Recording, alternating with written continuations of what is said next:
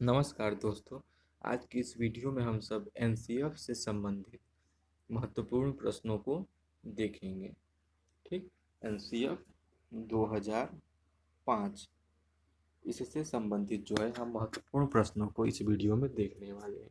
तो चलिए शुरू करते हैं आज की इस वीडियो को। तो सबसे पहला प्रश्न है हमारा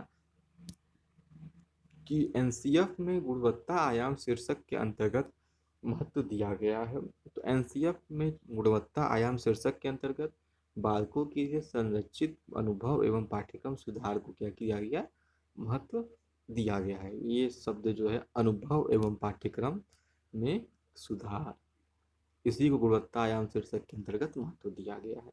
सेकेंड पॉइंट कि एनसीएफ 2005 का प्रारंभ रविंद्रनाथ टैगोर के किस निबंध से होता है। तो उस निबंध का नाम है सभ्यता और प्रगति। इसी निबंध से, जिसे रविंद्रनाथ टैगोर ने लिखा था, एनसीएफ 2005 का प्रारंभ होता है। आप सब ये जानते होंगे कि जो रविंद्रनाथ टैगोर हैं ये हमारे फर्स्ट नोबेल प्राइज विनर हैं। इन्हें अपनी पुस्तक के लिए नोबेल प्राइज दिया गया था। उसके बाद एनसीएफ 2005 में बल दिया गया है। एनसीएफ 2005 में किस पर बल दिया गया है? तो एनसीएफ 2005 में शांति के लिए शिक्षा पर बल दिया। तीसरे प्रश्न का सही उत्तर क्या है? एनसीएफ 2005 में किस पर बल दिया गया है? तो शांति के लिए शिक्षा पर बल दिया गया है। चौथा प्रश्न है कि सामाजिक अध्ययन शिक्षण का राष्ट्रीय पाठ्यक्रम कब बनाया गया? तो सामाजिक अध्ययन शिक्षण का जो राष्ट्रीय पाठ्यक्रम था वो 2005 में बनाया गया। 2005 एनसीएफ में ही जो है सामाजिक अध्ययन शिक्षण को एक पाठ्यक्रम के रूप में बनाया गया था। उसके बाद यशपाल शर्मा जो कि इस समिति के अध्यक्ष थे। इस समिति में कुल कितने सदस्य थे? तो इस समिति में कुल 38 सदस्य थे। ठीक, 38 सदस्य थे और अध्यक्ष कौन थे? यशपाल शर्मा। और ये समिति किसके द्वारा गठित की गई थी? तो मानव संसाधन विकास मंत्रालय द्वारा, means human resource development ministry द्वारा इस समिति का गठन किया गया था। अब पाठ्यक्रम निर्माण की आवश्यकता क्यों है? तो पाठ्यक्रम निर्माण की आवश्यकता जो है शिक्षा के उद्देश्यों की प्राप्ति हेतु है। देखिए, पाठ्यक्रम मैंने आपको बताया था इससे पहले की वीडियो में कि पढ़ने योग्य सामग्रियों का एक क्रमबद्ध तरीके से रखना ही पाठ्यक्रम है। यह एक दौड़ का मैदान है जिस पे दौड़कर बच्चे अपने लक्ष्य की प्राप्ति करते हैं। तो शिक्षा संबंधी जितने भी लक्ष्य हैं उन्हीं को प्राप्त करने के लिए पाठ्यक्रम बनाने की आवश्यकता होती है। जो अगला प्रश्न है उसके अनुसार एनसीएफ 2005 का भाषा फॉर्मूला क्या है? तो एनसीएफ 2005 का भाषा फॉर्मूला है त्रिभाषाई फॉर्मूला। इसमें 3 भाषाएं रहती हैं। ठीक, अगले प्रश्न में हम इसको और अच्छे से समझेंगे कि प्रथम भाषा, द्वितीय भाषा एवं तृतीय भाषा कौन कौन सी है। देखिए ध्यान दीजिएगा, प्रथम भाषा क्या होगी? हिंदी। राष्ट्रीय भाषा या राज्य की भाषा? आसान सी बात है, पहली भाषा हिंदी होनी चाहिए या फिर जो भी भाषा उस राज्य की भाषा होगी। दूसरी भाषा क्या होगी? द्वितीय भाषा अंग्रेजी, कोई राष्ट्रीय अंतर्राष्ट्रीय भाषा या कोई मॉडर्न इंडियन लैंग्वेज इसमें होना चाहिए। और तीसरी भाषा कौन सी? कोई स्थानीय भाषा। ठीक, स्थानीय भाषा का अर्थ क्या हुआ? जो यहाँ पर भी मॉडर्न लैंग्वेज की ही बात हो रही है जो कि सेकेंड लैंग्वेज में ना लिया गया हो। जो सेकेंड लैंग्वेज में ना हो वही कौन सी, वही भाषा जो है थर्ड लैंग्वेज में होगी। अगर हम सेकेंड लैंग्वेज अंग्रेजी नहीं लिए हैं तो हम जो है थर्ड लैंग्वेज में अंग्रेजी को आसानी से ले सकते हैं। और विद्यालय शिक्षा का अब तक का नवीनतम राष्ट्रीय दस्तावेज कौन सा है? तो अब बताइए कि सबसे नवीनतम एनसीएफ कौन सा बना है 2005 वाला? तो सबसे नवीनतम दस्तावेज कौन सा हो जाएगा? एनसीएफ 2005। किस मंत्रालय की पहल पर एनसीएफ 2005 तैयार किया गया? तो जी हाँ, ये मानव संसाधन विकास मंत्रालय की पहल पर एनसीएफ 2005 को तैयार किया गया था। और किसकी अध्यक्षता में विद्वानों ने एनसीएफ 2005 को तैयार किया? तो प्रोफेसर यशपाल की अध्यक्षता में जो विद्वानों ने एनसीएफ 2005 को तैयार किया था। एनसीएफ 2005 का प्रमुख सूत्र क्या है?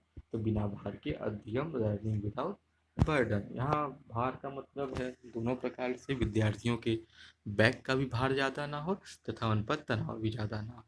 एनसीएफ 2005 में सुझाव दिया गया है कि सूचना को क्या मानने से बचा जाए। तो इससे पहले की वीडियो मैंने बताया है कि हर सूचना को ज्ञान मानने से बचा जाए, ये एनसीएफ ने सुझाव दिया है। एनसीएफ 2005 के अनुसार बच्चों की गलतियां क्यों महत्वपूर्ण है? यह समाधान को पहचानने में सहायता करती है। ये सारे प्रश्न जो हैं आपको पेडागोजी में भी सहायता करेंगे। प्रत्येक सब्जेक्ट की पेडागोजी में ये सब प्रश्न आपको सहायता करेंगे। कि बच्चों की गलतियाँ महत्वपूर्ण होती हैं, उन्हीं गलतियों से जो है हम सीख सकते हैं, बच्चों को सिखा सकते हैं तथा समाधान की प्राप्ति कर सकते हैं। शिक्षा बिना बोझ के जो एनसीएफ 2005 का प्रमुख स्रोत है, इसका अर्थ क्या होता है? इसका अर्थ है पाठ्यचर्या के बोझ को कम करना, ज़्यादा भारी भारी और विशाल विशाल पुस्तकें बच्चों को ना देना पढ़ने के लिए। एनसीएफ 2005 सिफारिश करता है कि प्राथमिक स्तर पर गणित शिक्षा का केंद्र होना चाहिए। तो गणित शिक्षा केंद्र क्या होगा? कक्षा में पढ़ाए गए टॉपिक्स को विद्यार्थी के दैनिक जीवन से जोड़ना, जो भी जैसे कि हम बच्चे को जो है प्राथमिक स्तर पे आज मैंने जोड़ पढ़ाना सिखाया, उसे मैंने जोड़ना सिखा दिया। अब मैं उसे बताऊंगा कि आप किसी दुकान पर जाते हैं, 2 चॉकलेट देते हैं तथा 1 चॉकलेट और लेते हैं, तो आपके पास कितने चॉकलेट हो गए? तो ऐसे ऐसे करके ही बच्चा जो है चीज़ों को सीखता है। अगला प्रश्न है, एलसीएफ 2005 में गणित शिक्षण के बारे में बताया गया कि गणित शिक्षण महत्वाकांक्षी, सुगमता और महत्वपूर्ण होना चाहिए।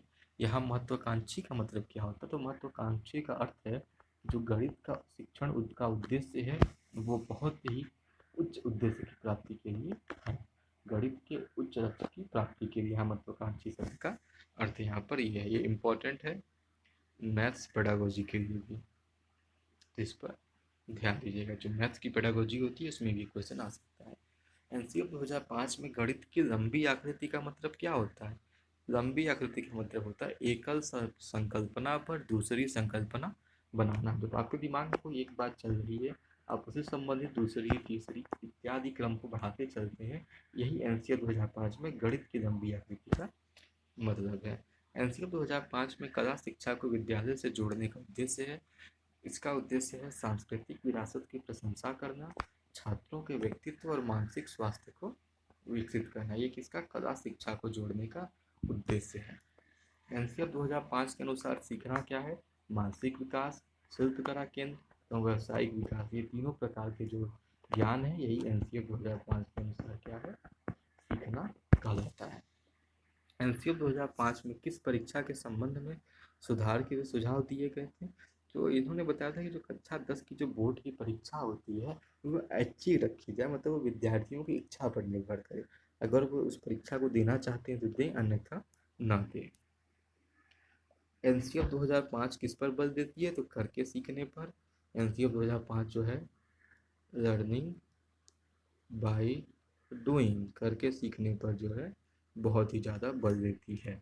एनसीएफ 2005 में सामाजिक अध्ययन के कौन से मुद्दों को शामिल करने की अनुशंसा की गई है? तो सभी स्तर के विद्यार्थियों के लैंगिक एवं स्वास्थ्य संबंधी मुद्दे जो है एनसीएफ 2005 में सामाजिक अध्ययन में शामिल करने की अनुशंसा की गई थी।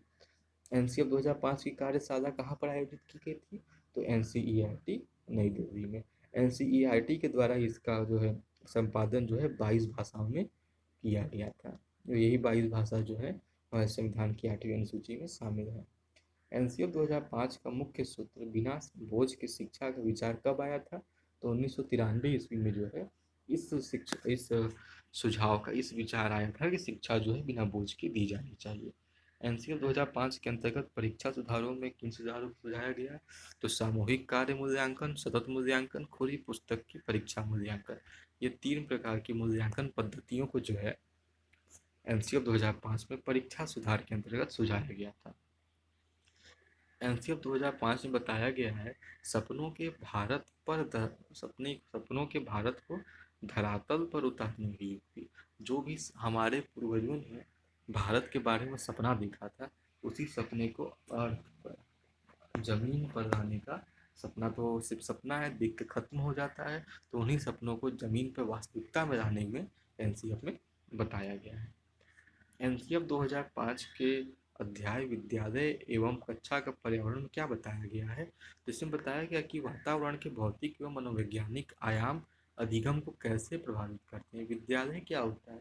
विद्यालय एक भौतिक चीज है, हम विद्यालय को देख सकते हैं, वहाँ जाते हैं।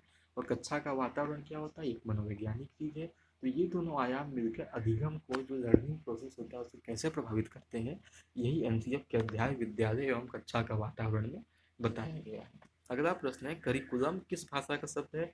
तो करिकुलम जो है लैटिन भाषा का शब्द है। और एनसीएफ 2005 में किन शिक्षण सूत्रों के अधिकतम प्रयोग का सुझाव दिया गया है? तो 2 सूत्र बहुत ही महत्वपूर्ण थे, ज्ञात से अज्ञात की ओर एवं मूर्ति से अमूर्ति, इन्हीं दो शिक्षण सूत्रों पर अत्यधिक प्रभाव दिया गया है। एनसीएफ 2005 के अनुसार मार्गदर्शक सिद्धांत में निहितार्थ है। मार्गदर्शक सिद्धांत मैंने आपको पढ़ाया था पिछली वीडियो में। इसमें क्या था, ज्ञान को स्कूल के बाहर के जीवन से जोड़ना। सिर्फ बच्चों को जो है बुक वर्म नहीं बनाना, किताबी कीड़ा नहीं बनाना, उनके जो ज्ञान को जो है विद्यालय से बाहर भी जोड़ना है। अगला प्रश्न है, एनसीएफ 2005 के अनुसार एक अध्यापक के रूप में कार्य करेगा। किसके रूप में कार्य करेगा? एक सुविधादाता के रूप में, फैसिलिटेटर के रूप में जो है एक टीचर कार्य करेगा।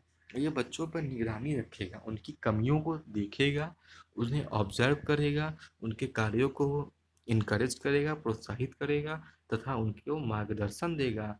उन्हें जो भी चीज़ की कमी होगी उसकी सुविधा कौन प्रदान करेगा? तो एक अध्यापक जो है प्रदान करेगा। एनसीएफ 2005 में अध्यापक का पद एक सुविधादाता के रूप में बताया है।